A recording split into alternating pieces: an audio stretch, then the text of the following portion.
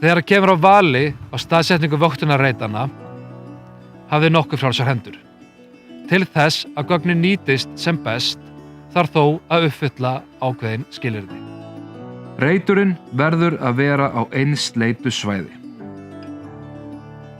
Ástæðan fyrir því að við munum nota þessi gögn til að kenna tölvu að meta ástand lands út frá gervitunglamyndum. Ef fjölbreytt yfirborð lands í reitnum eða reiturinn á mörkum tveggja vistgerða, gerir það tölvugreininguna erfiðari og jafnvel ómögulega. Megintilgangur GróLindar að vakta náttúruleg vistkerfi. Í lagi að vakta svæði þar sem stunduð hefðbundin uppgræðsla, til dæmis í samstarfi við Landgræðsluna. Merkja þarf við að slíkt svæði sé að ræða. Annars konar ræktað land, svo sem tún, akrar, skógræktarsvæði eða græn svæði í byggð, falla ekki undir þessa vöktun.